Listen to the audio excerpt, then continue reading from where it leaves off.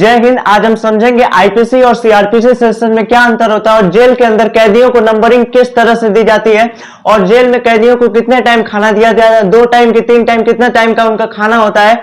और साथ में हम देखेंगे कि जो खतरनाक कैदी होते हैं उनको किस सेल के अंदर रखा जाता है और कौन से कैदी, अगर मान लीजिए कोई कैदी बहुत ही खतरनाक टाइप है तो उनके ऊपर धारा किस तरह से लगाई जाती है जेल के अंदर। पुलिस रिमांड क्या होता है, जुडिशियल रिमांड क्या होता है। पुलिस अगर आपको जुडिशियल कस्टडी पे पकड़ ली है तो उस जुडिशियल कस्टडी से आपको कितने घंटे में आपकी पेशी होगी, कितने घंटे में अरेस्टिंग होगी, कितने घंटे में पुलिस आपको रिलीज करेगी।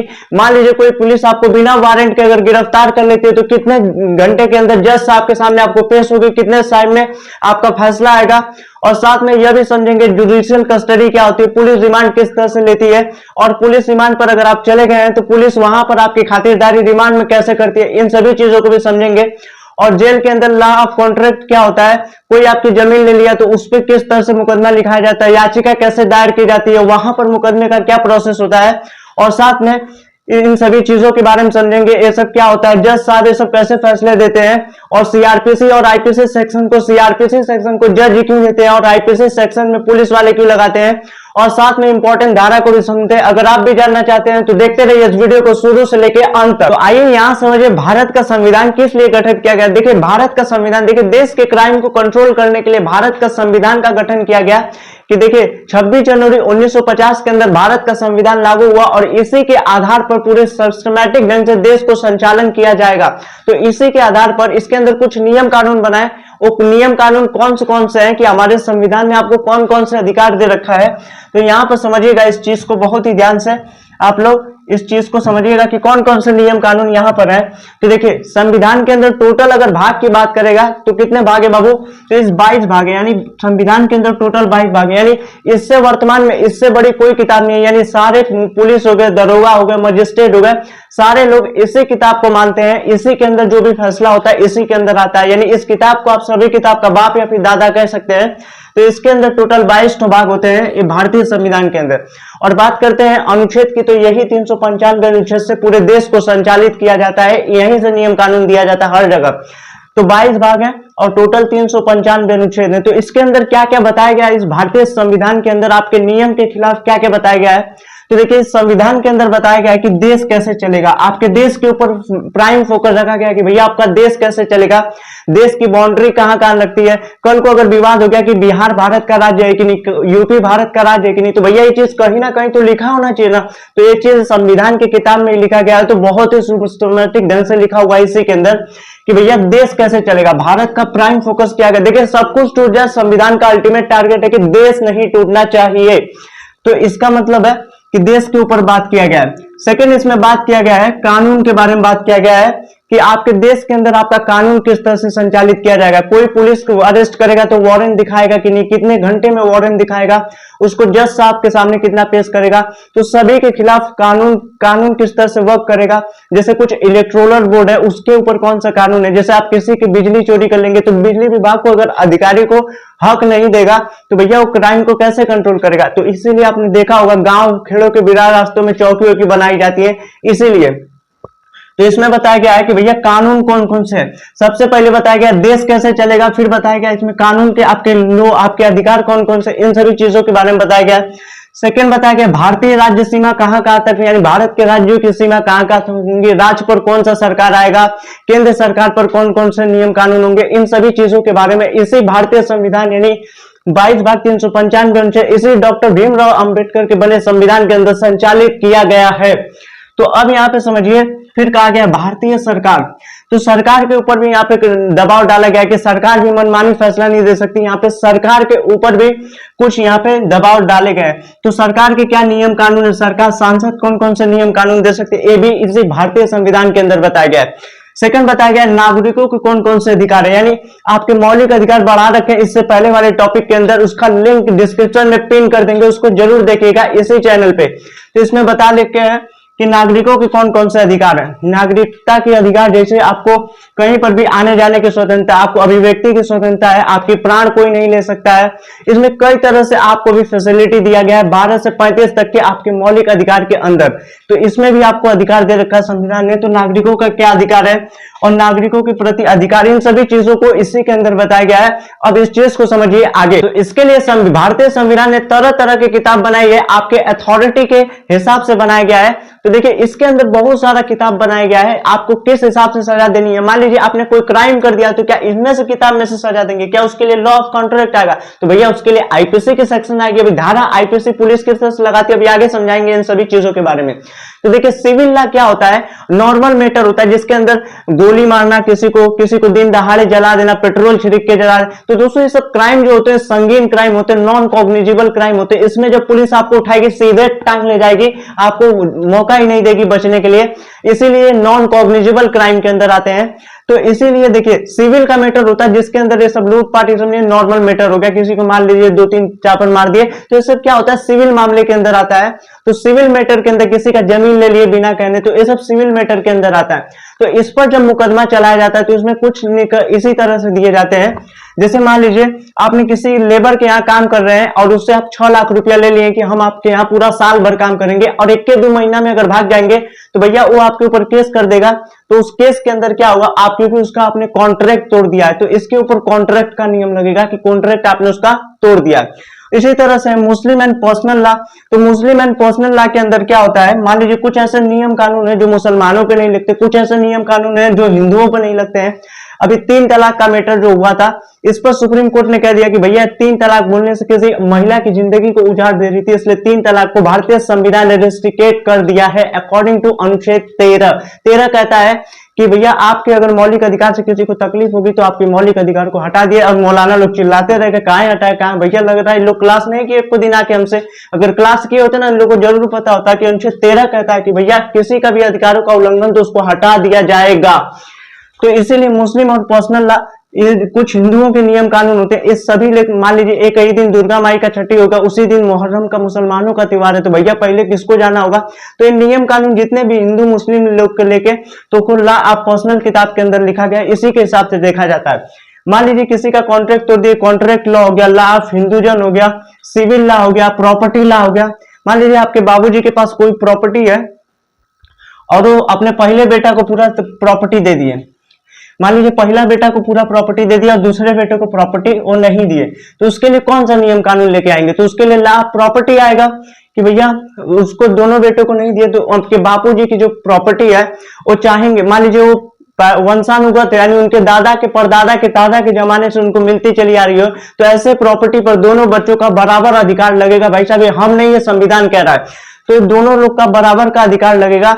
लेकिन अगर उस प्रॉपर्टी को उसने खुद ओरिजिनेट किया, अपने मेहनत की कमाई से बनाया गया है, तो वो चाहेगा कि अपने बड़का बेटवा को दे देगा, चाहेगा तो बड़का को नहीं छोटका को देगा, चाहेगा तो बड़कों को नहीं छोटकों को नहीं किसी को नहीं देगा, वो चाहेगा जिसका मन उसको दे देगा, किसी अनाथ आश्रम से उठा के उसको दे देगा। तो भैया लॉ ऑफ कॉन्ट्रैक्ट के अंदर लिखा गया है। तो लॉ ऑफ कॉन्ट्रैक्ट का भी मैटर आप समझ लिए कि इस जमीन का जितना भी विवादी मामला होता है उससे प्रॉपर्टी लॉ के अंदर डील किया जाता है। अब लॉ ऑफ प्रॉपर्टी हो गया, यहाँ पे देखिए क्रिमिनल लॉ हो गया। तो ये सब सारी किताबें जो होती हैं इसी चीज को दर्शा रही हैं। अब आगे स्लाइड को आगे समझिए। तो इस प्रकार की जितनी भी किताबें होती है लॉ ऑफ कॉन्ट्रैक्ट में, ये सब टूटने पर इस तरह की सजा दी जाती है।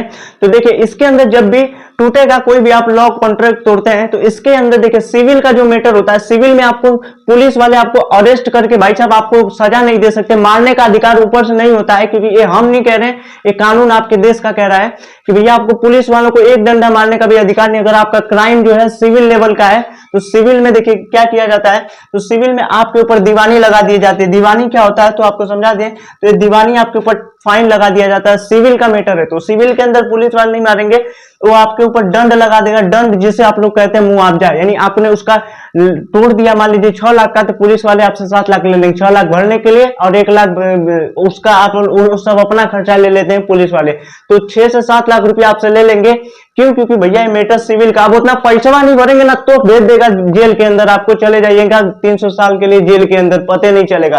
तो सिविल का मामला जब भी टूटेगा तो भैया आपके ऊपर दंड लगाया जाएगा, यानी फाइन मुआवजा के रूप में भरना पड़ेगा, और पैसा नहीं देंगे तो भैया जेल भेज देगा, दिहाड़ भेज दिया कि कहां भेज दिया आपको भी नहीं पता चलेगा। तो मुआवजा इसके अंदर होता है, सिविल लॉ जिसे दीवानी कहते हैं। अब मान लीजिए सिविल का मैटर जो होता है, कभी कभी क्या होता है, देखिए इस सिविल मैटर में जो होता है इसमें मुकदमा आने में काफी देर लगता है, क्योंकि एक दो दिन में कोर्ट कचहरी का काम एक दो दिन में थोड़ी होता है। तो इसके अंदर जो प्रोसीजर चलता है, आप वकील से डायरेक्ट नहीं कर सकते, या जज साहब के सामने आप डायरेक्ट जाके नहीं कर सकते कि आई लीजिए सबूत, आई लीजिए, आई लीजिए, ई भी लीजिए। भाई साहब जज मार के भगा देगा, वहां पे कहेगा कि तुम कैसा, तुमको तमीज नहीं, एक वकील ला के रखो।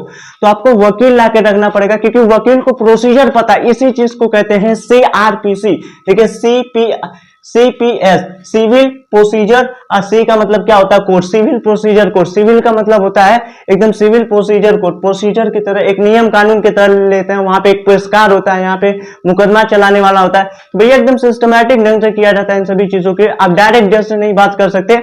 अब समझिए, मान लीजिए आपने किसी को मार दिया है, आपने किसी को मार दिया और उसकी मौत वहीं पे ऑन द स्पॉट हो जाती है, किसी को गोली मार दिए, जला दिए, पेट्रोल से जला दिए, तो भैया ये जो क्राइम है अभी बर्दाश्त से बड़े है, तो अब इसके ऊपर सिविल लॉ आपके ऊपर नहीं लगेगा, अंग्रेजों के जमाने का बनाया हुआ 1860 का अब आपके ऊपर लग जाएगा IPC सेक्शन, यानी जिसे कहते हैं IPC की धारा, जिसे सेक्शन या फिर धारा ये पुलिस वाले आपके ऊपर लगाते हैं। किसी क्राइम में अगर आप पकड़ा जाएंगे तो ये धारा आपके ऊपर पुलिस वाले लगाते हैं। तो ध्यान से देखिए, धाराओं को हमने यहाँ पे लिख दिया है, टोटल 400 धाराएं हैं। पूरी धाराओं को यहाँ पे देना हमारे लिए मुश्किल नहीं होगा, तो आपको PDF के अंदर दे दिया जाएगा पूरी धाराओं को, लेकिन मेन धाराओं को यहाँ पे समझ लीजिए। तो देखिए, जो क्राइम आपने कर दिया है, अब आपके ऊपर क्या होगा, मान लीजिए किसी को आपने चैन स्नैचिंग कर लिया, जिंदा जला दिया, तो भैया अब उसके ऊपर आपको कोर्ट के अंदर देखा जाएगा धारा के आधार पर, तो पुलिस वाले देखते हैं इस हिसाब से। मान लीजिए किसी का आपने बलात्कार कर दिया, तो बलात्कार करने पर धारा 376 लग जाता है आपके ऊपर। ये बहुत खतरनाक धारा है, IPC की धारा है, पुलिस वाले लगाते हैं। तो 376 बलात्कार पे है। अब मान लीजिए किसी को बंदूक लेकर गए और मार दिया और वही ऑन द स्पॉट खत्म हो गया ना, तो भैया अब IPC की सेक्शन धारा 302 लग जाएगी, 302 के तहत आप अंदर चले जाएंगे। तो आपने जज साहब को भी देखा होगा कि IPC सेक्शन धारा 302 के तहत आपको मुजरिम करार दिया जाता है और मौत की सजा सुनाई, अपने टीवी फिल्मों में भी इस तरह से देखा होगा। अब समझिए, हत्या की कोशिश, अगर मान लीजिए बंदूक से मारे और मरा नहीं या बच करके कोर्ट के अंदर जाके आपके ऊपर मुकदमा कर दिया, तो कहेगा कि हत्या की कोशिश कर रहा था, यानी ये भी एक संगीन अपराध की श्रेणी माना जाता है। इस पर धारा 307 लगता है, हत्या की कोशिश। और मान लीजिए बैंक लूटने का प्लान बना दिया, यानी डकैती कहीं डाल दिए, तो डकैती पर 395 लगता है, और 77 रेप करने पर लगता है, 77 बता दिए, रेप करने पर लगता है 77 की धारा। तो देखिए 76 लगेगा बलात्कार करने पर, और गैंग रेप एक तरह से अप्राकृतिक कृत्य हो जाता है, यानी रेप करने पर धारा 377, यानी गैंग रेप करने पर, यह भी बहुत खतरनाक क्राइम है। इसको भी भारतीय संविधान 377 के तहत केस फाइल कर देगा आपके ऊपर। अब समझिए डकैती, देखिए डकैती पर 96 लगता है, और डकैती के दौरान हत्या पर कितना बताते हैं, और यहाँ 95 लगता है। 120 लगता है किसी के खिलाफ षड्यंत्र रचने पर, कि यानी किसी को चल करके घेर के मार देंगे, तो भैया उसके खिलाफ षड्यंत्र रच दिया, तो षड्यंत्र रचने पर धारा 120 लगेगी आपके ऊपर। और 65 लगता है अपहरण। अपहरण मतलब होता है किडनैप करना, यानी किसी लड़के को रास्ते में गया स्कूल पढ़ने, वहीं से गायब कर दिया, तो भैया किडनैपिंग है, किडनैपिंग पे धारा 375 लग जाएगा तुरंत। 201 लगता है सबूत मिटाना, यानी किसी के खिलाफ सबूत मिटाने पर। और 412 लगता है चैन स्नैचिंग, यानी छीना झपटी। रेलवे के अंदर आपने देखा होगा अक्सर चैन उन मार लेते, मोबाइल आपका ले लेंगे, तो चैन स्नैचिंग पे 412 IPC की सेक्शन लगती है। अब समझिए आगे, अब यहाँ समझिए, देखिए IPC सेक्शन जो होती है पुलिस वाले लगाते हैं। पुलिस वाले आपको गिरफ्तार करके अब जज साहब के सामने पेश करेंगे, अब जज साहब वहां पे सवाल जवाब करेंगे, उस सवाल जवाब को CRPC कहते हैं। तो यहाँ पे समझिए CRPC की धारा जज साहब लोग लगाते हैं। तो देखिए CRPC की धारा कौन लगाता है, जज आपके ऊपर लगाते हैं। और देखिए ये 3 तरह से फैसला आ सकता है, एक होता है पुलिस रिमांड, जुडिशियल रिमांड, अदालत के अंदर। तो पुलिस आपको 24 घंटे, देखिए पुलिस की मजबूरी है 24 घंटे के अंदर आपको पकड़ के जज साहब को दे देगी। अब जज साहब आपको जेल के अंदर रख के, अगर आपका क्राइम साबित हो गया तो भैया आपको जेल के अंदर भेज देगी, नहीं क्राइम साबित हो गया तो पुलिस वाले कभी कभी आते हैं और जज साहब कहते हैं सलाम साहब। तो जब आते हैं जज लोग, तो वो लोग पुलिस वाले क्या करते हैं, परमिशन लेते हैं, उस परमिशन को लेकर के जो कैदिया को आप रखे हमको दे दीजिए, इसी को कहते हैं पुलिस रिमांड।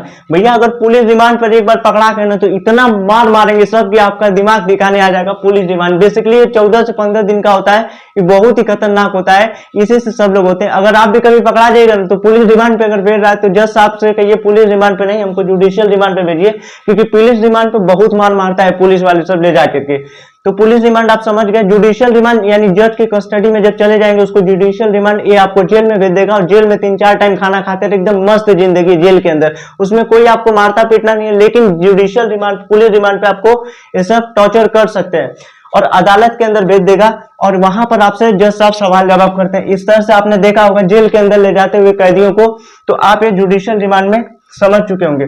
देखिए आपको समझा दिए कि संविधान का मेन अल्टीमेट टारगेट क्या, हमारे भारतीय संविधान जो है इसके अंदर 3 तरह की ब्रांचेस हैं। आपने उस दिन भी आपको समझाए थे कि 3 तरह से इस तरह से आईपीसी सेक्शन होता है। तो सबसे पहले सिविल लॉ, इसमें बता दिया मुस्लिम पर कौन सा नियम कानून लगेगा, हिंदुओं पर कौन सा नियम कानून लगेगा, सिविल लॉ टूटने पर कौन सा नियम कानून लगता है, तो ये सारी चीजें आपको बता दिए हैं। और उसके बाद आईपीसी को जो हम लोग क्या कहते हैं, सेक्शन या फिर धारा पुलिस वाले आपके ऊपर लगाते हैं, तो सेक्शन की धारा पुलिस वाले लगाते हैं।